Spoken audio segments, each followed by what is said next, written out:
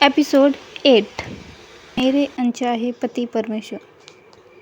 शाम के 7 बज चुके थे और रुद्रांश अपने मेंशन में बैठा बोतलें खाली करता जा रहा था। राहुल उसे रोकते हुए, सर आप ये क्या कर रहे हैं? आप पूरी 5 बोतलें खाली कर चुके हैं। तभी रुद्रांश नशे में लड़खड़ाते हुए, अरे तुम कौन हो? इतना कहकर वो राहुल का गाल खींचता है। राहुल, अरे सर मैं आपका असिस्टेंट राहुल। राहुल की बात सुनकर रुद्र जोर जोर से हंसने लगा। हा हा हा हा हा, तुम मेरे असिस्टेंट? कहकर लड़खड़ा गया। राहुल ने उसे जल्दी से संभाला।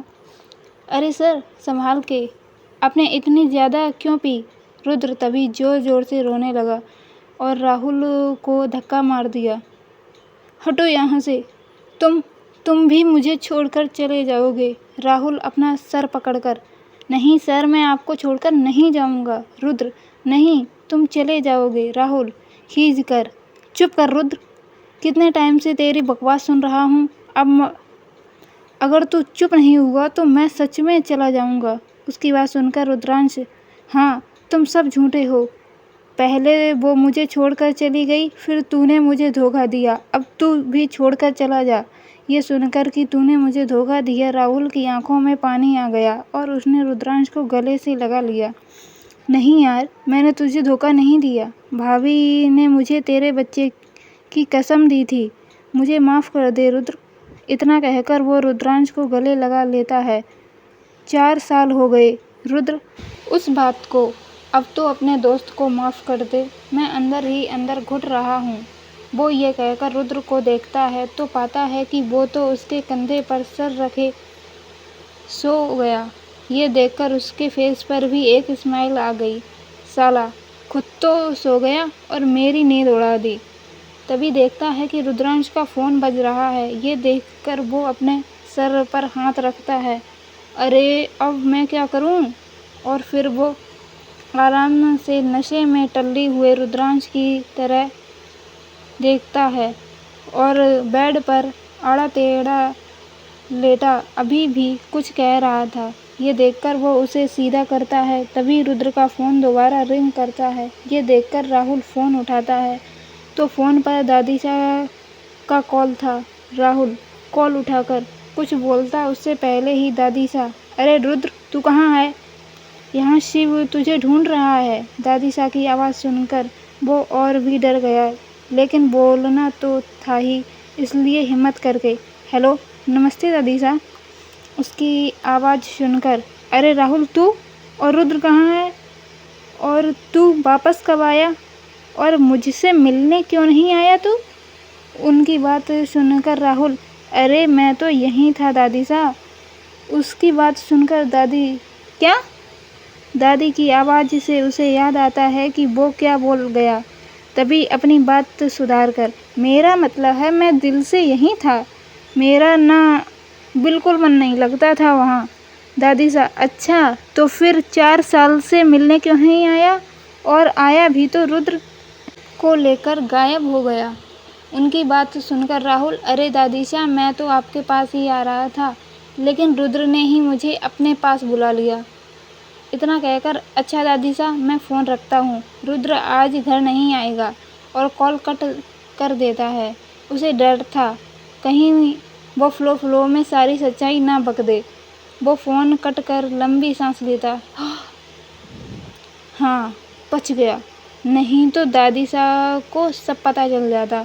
इधर शिव को लिए दादीशा के पास ही खड़ी थी, क्योंकि पहले शिव ने उससे रुद्र को कॉल करने को कहा, लेकिन शिवांगी के पास तो नंबर ही नहीं था और अगर होता भी तो भी वह शायद नहीं करती। तभी दादीशा शिवांगी को बुलाती हैं और शिव भी उसके पीछे पीछे आ गया। और फिर क्या, अपनी बड़ी दादीशा से रुद्र को बुलाने को कहने लगा। कॉल कट होने के बाद दादीशा बताती हैं कि रुद्र आज घर नहीं आएगा। ये सुनकर शिवी तो खुश हो जाती है, लेकिन शिव का चेहरा लटक गया और वो गुस्सा होकर कमरे में चला गया। दादीशा, अरे शिव रुको तो, लेकिन शिव नहीं रुकता और सीधा चला गया। दादीशा, गुस्सा होने में तो बिल्कुल रुद्र पर गया है, वो भी बचपन में ऐसे ही गुस्सा हो जाता था। उनकी बात सुनकर शिवी, दादी सा मैं शिव के पास जाती हूँ। दादी सा ठीक है। शिवांगी भी कमरे में आती है तो देखती है कि शिव गुस्से में बेड पर उल्टा लेटा है और कुछ कह रहा है। शिवी जब उसके पास जाकर उसकी बात सुनती है तो शिव, मैं अब बाबा से बिल्कुल बात नहीं करूँगा। शिवी उससे सीधा करते हुए, अच्छा सच में आप बात नहीं करेंगे क्या? शिवी, शिव, हाँ मैं अब बिल्कुल बात नहीं करूँगा। शिवांगी, लेकिन क्यों, ऐसा क्या हो गया? शिव, क्योंकि मैं, आप और पापा तीनों एक साथ आपके नए फ़ोन में फ़ोटो लेते। शिवी, लेकिन क्यों, आपकी तो कितनी फ़ोटो हमने ली। शिव, लेकिन उसमें पापा तो नहीं है ना, मुझे हमारी एक सुंदर सी फ़ोटो चाहिए, उसे मैं अपने रूम में लगाऊंगा। उसकी बात सुनकर शिवी चुप हो गई। अच्छा ठीक है, लेकिन तब तक आप मेरे साथ फ़ोटो ले लो। इतना कहकर वो उसके साथ बहुत सारे फ़ोटोज़ लेती है, जिससे शिव खुश हो जाता है। शिव खुश होकर, मम्मा पापा के आने के बाद हम तीनों बहुत सारी फ़ोटो लेंगे। शिवांगी कुछ नहीं कहती, सिर्फ हल्का सा मुस्कुरा देती है। शिव उसके पास लेट गया और जल्दी ही सो गया। शिवांगी उसके पास लेटी एकटक ऊपर सीलन को देख रही थी, मानो वो किसी गहरे विचार में हो।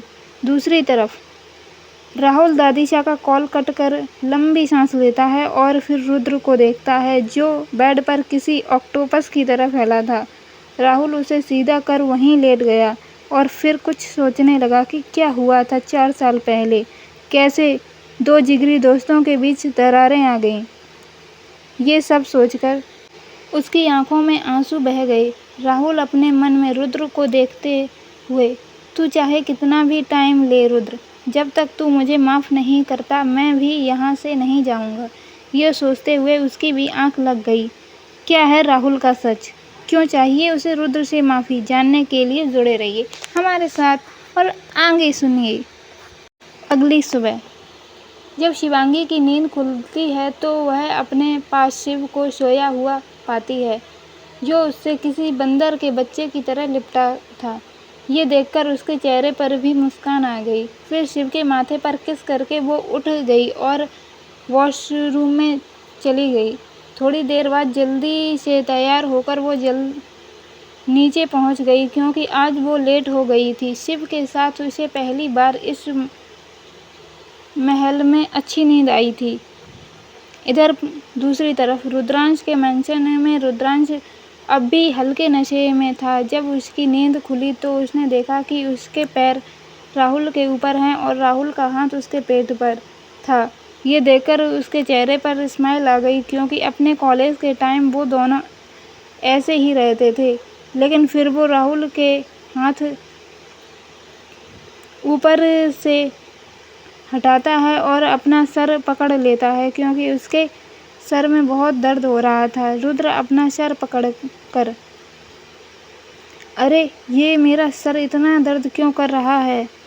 तभी राहुल उसके सामने एक नींबू पानी का गिलास करता है। राहुल, जब इतनी बोतलें खाली करेगा तो सर तो दर्द करेगा ही। ये सुनकर रुद्र राहुल की ओर देखता है। राहुल, अरे मेरी जान, मुझे बाद में देख लेना। इतना कहकर नींबू पानी का गिलास रुद्र के मुंह से लगा देता है। रुद्र भी चुपचाप वो पी लेता है। नींबू पानी पीने के बाद राहुल रुद्र से गिलास लेकर टेबल पर रखता है। तभी रुद्र की आवाज़ आती है, कल क्या हुआ था?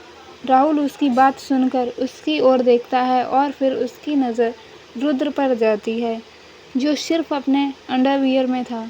ये देखकर राहुल, देख तू जैसा सोच रहा है वैसा कुछ नहीं हुआ हमारे बीच। देख, मैं लड़कों में इंटरेस्टेड बिल्कुल नहीं हूँ। मैंने तेरे साथ ऐसा वैसा कुछ नहीं किया। तेरे कपड़ों पर बियर गिर गई थी, जिससे मुझे तेरे कपड़े उतारने पड़े। इतना कहकर वो रुद्र की ओर देखता है, जो उसे बुरी तरह घूर रहा था। रुद्र राहुल को तकिया मारते हुए, साले मैंने तुझे क्या पूछा और तू क्या बक रहा है? इतना कहकर वो दूसरा पिलो भी राहुल को मारता है, लेकिन उसे लगने से पहले ही राहुल उसे अपने हाथ में कैच करते हुए मुस्कुराकर, क्या बकवास कर रहा हूँ? रात को तू कैसे मेरे पास आ रहा था और अब सुबह होते ही तू कैसे बदल गया? रुद्र, रात को क्या हुआ था? मैंने क्या कहा? राहुल हंसते हुए, कुछ नहीं। इतना कहकर वो दोनों पूरे रूम में छोटे बच्चे के जैसे एक दूसरे को पकड़ने को दौड़ते हैं और पिलो फाइट करते हैं। पूरे रूम में रुई फैल जाती है क्योंकि अब पिलो फट चुकी थी और कॉटन पूरे रूम में फैल चुका था। राहुल कल कितने प्यार से बात कर रहा था और आज देखो।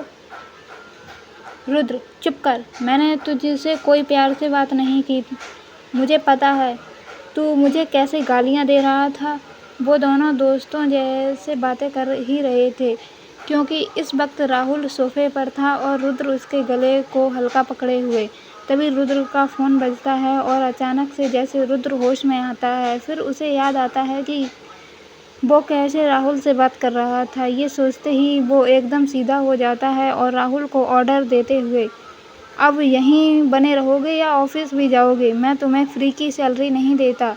इतना कहकर वो ऊपर अपने रूम में चला गया। उसे जाता देख राहुल बुदबुदाकर, लो हो गया इस पर बॉस का भूत सवार। साले, एक बार बस सब कुछ ठीक हो जाने दे, फिर मैं बताऊंगा कि मैं कौन हूँ तेरा। इतना कहकर वो बेचारा जल्दी से तैयार हो ऑफिस के लिए निकल गया।